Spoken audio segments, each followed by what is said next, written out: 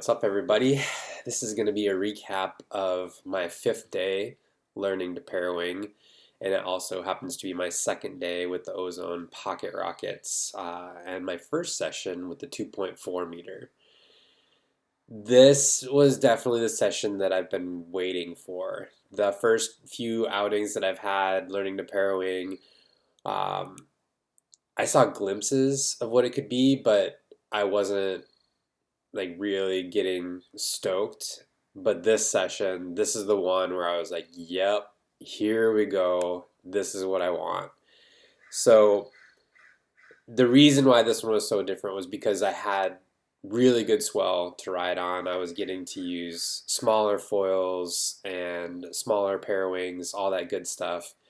Not that I've been using big parawings or anything, but anyways, when you get out there and you're able to collapse that parawing down and you can ride swell for a prolonged distance, it's undeniable how free it feels.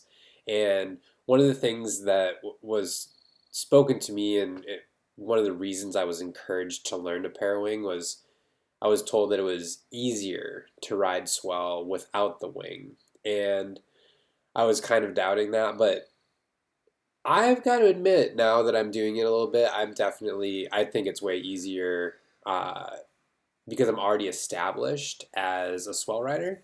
Uh, I think it is easier for me to now to continue to progress without the wing. Um, but yeah, let's talk about this session. Let's get into it a little bit. Talk about pros, cons, some struggles I had, all that good stuff. So if we bring this up real quick, take a closer look, you can see this looks more like a real session. I'm on the Enduro 700, which is just cheating. That's got so much glide. It's way more than I need in the gorge. I really still prefer the silk foils, but holy cow, if you're looking for the easy button to help yourself progress, having a high aspect foil really makes it super easy. But you can see I'm going downwind and coming back upwind, downwind, upwind. And that's what you want. That's how you start recycling your sessions, getting your free refills, all that kind of stuff. So this session, um, we can pull up and look at the wind speed. So this session is in this first half right here. And this was really solid for the 2.4 meter pocket rocket with the 700 enduro and my negative 10 liter board.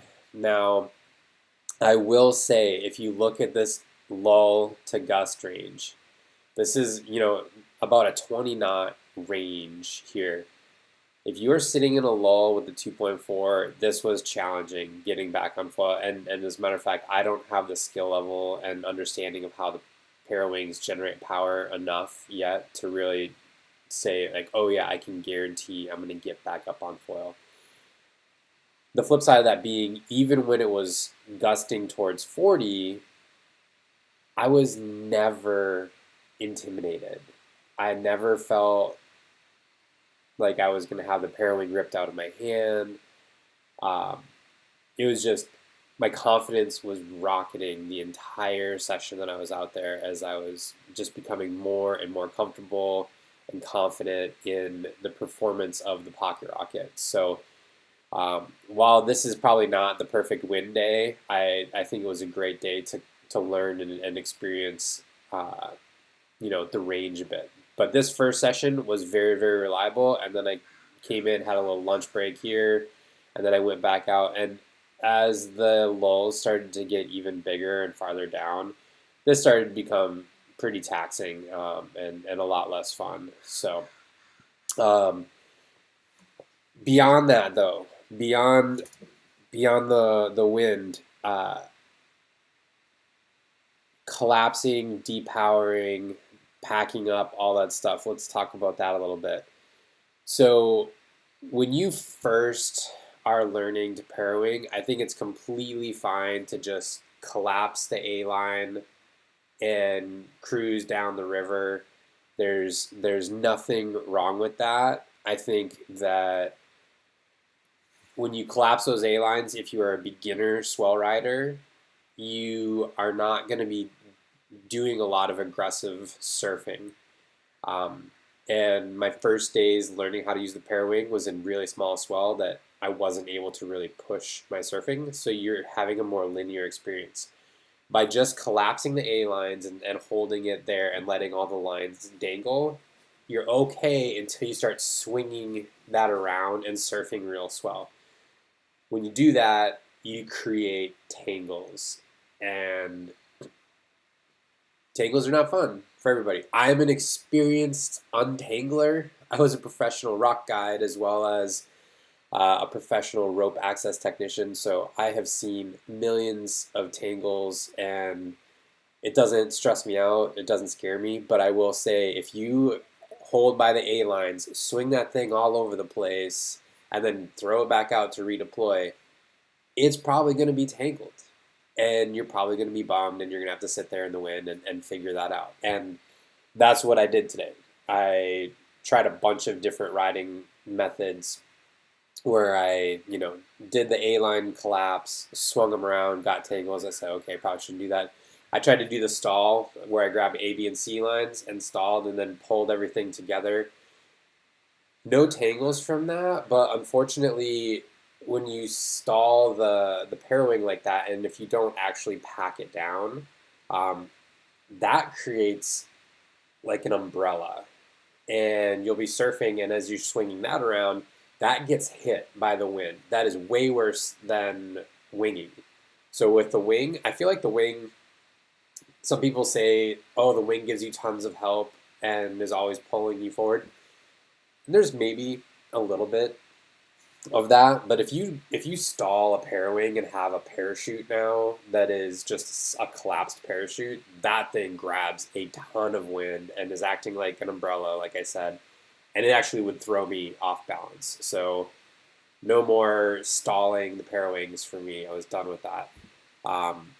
But I had watched a bunch of different videos online and I didn't see a stowing method that I really liked, so I kind of just worked on, okay, well, if I do this, if I do that, what is going to work for me, and what doesn't work was probably the more important thing for me to figure out.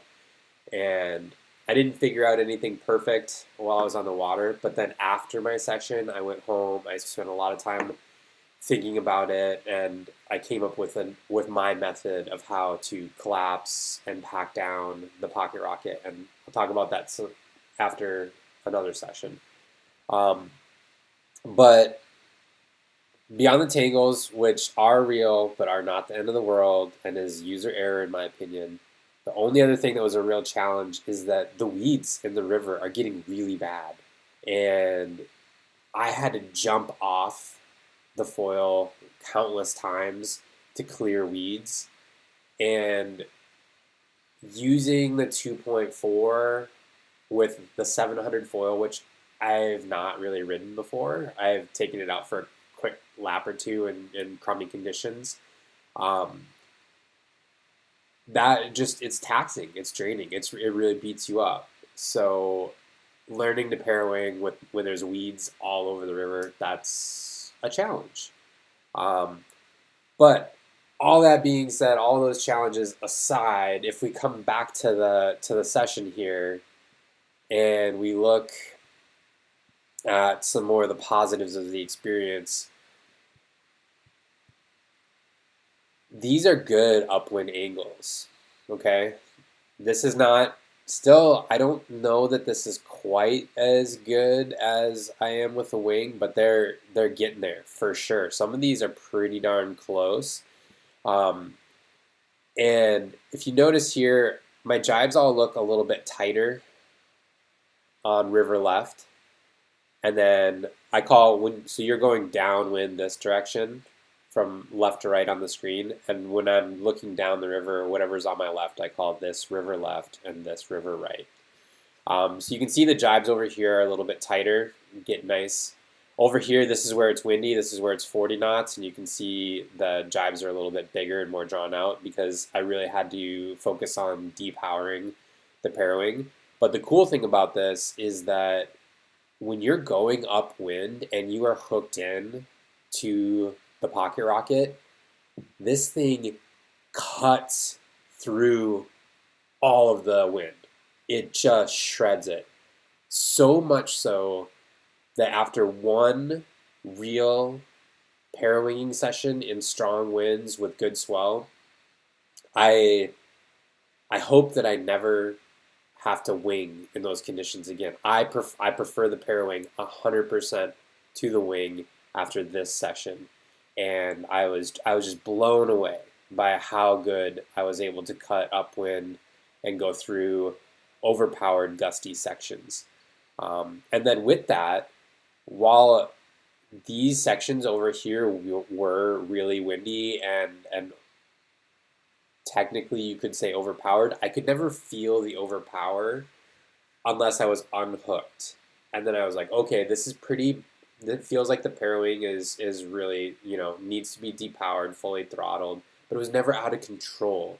I never thought, oh, it's about to get ripped out of my hands. I'm gonna lose it. It's gonna cause an accident.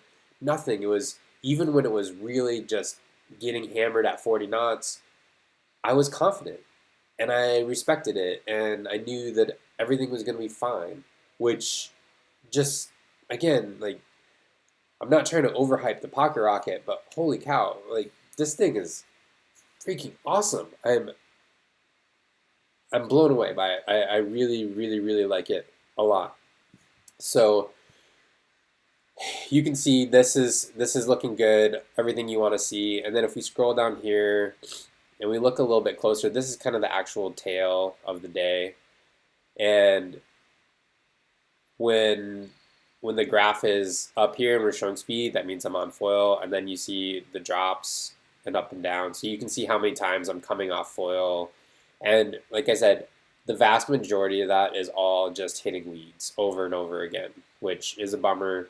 But what I do want to point out, and I do really appreciate, is that if I come off foil, I get right back up. Come off foil, get right back up. There's not too many of these longer sits in the water anymore.